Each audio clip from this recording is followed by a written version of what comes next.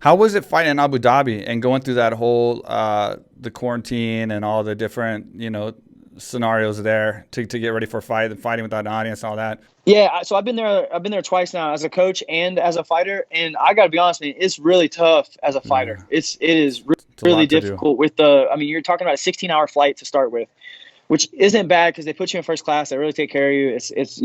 It's nice, but when you get there, there's a 9-hour time change from where I live. So 16-hour flight, 9-hour time difference, and you have to change the way you sleep because I thought my fight was at 3:30 a.m. in the morning.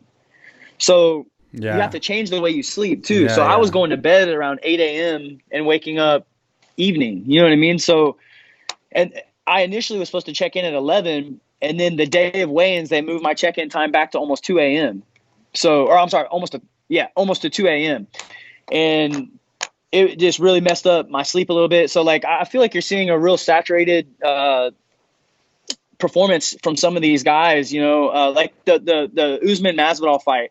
Both those guys just looked, and I'm not taking anything away from those guys. They're both incredible fighters, obviously, but they just looked really worn. You know what I mean? And I said that it's the travel. Everybody looks like shit. You know what I mean? yeah, There's guys that look decent, but I think as a whole, you're getting a very saturated version of what these fighters really are because they're tired. They're not getting proper sleep. They're coming off of a flight. The food is weird there. Like everything is just different, So it's you're seeing a lot of guys have like some busted performances, yeah. and the guys that even win or aren't looking their best, and you're still getting good ones here and there, but it's a really tough change to make all that work. It's very difficult dealing with the sleep, dealing with Yeah. the nutrition, like all the things, all the X factors you have to go through there.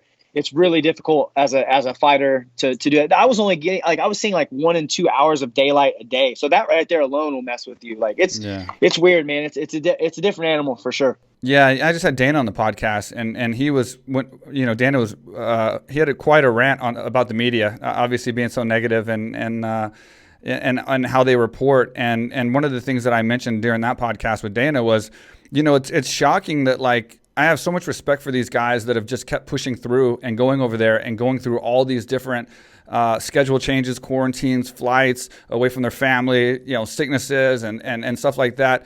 And there's nothing reported about that because there's just nothing No. interesting for the media to gain a bunch of clicks and gain a bunch of views and gain a bunch of advertising dollars for. So I haven't seen a single article giving credit to any fighter for going over there or for the group of fighters as a mass for the UFC for going over there and continuing to entertain the world with their sport, going through a much, much harsher, as you put it, condition. And they're doing it. And they're doing it every single weekend. And the UFC's got a little bit of credit from the mainstream, but not as much from the MMA and the MMA world.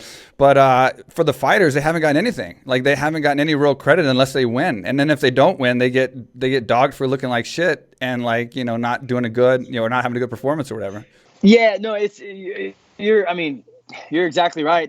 The thing about my guys, I told him, I said, man, like I hear a lot of like the coaches bitching about going over there. I'm like, dude, send my guys over there. Like we're ready. My guys are always ready. Like I don't have a problem going over there. Let's go. I'm ready to rock. Like I'll jump on a plane today and go over there. My guys are always ready to go. And the great thing about it is like you're not the only one dealing with it. You know what I mean? So like your opponent has to deal with the same thing. Yep. So for me, I feel like my team is built like anytime that you deal with an X factor, there's some kind of X factor at play that's not normally there. I feel like my team has an advantage in that, like the way we train, the way we do things, like it's just, we're built for those X factors. You know what I mean? We're built for the things, the distractions, we're built for that. And I feel like my team always seems to excel whenever those situations come up. So like I send me over there. I'll go over there. Yeah. The whole time. You know what I mean? Like you have somebody on every week, I'll go. Let's go.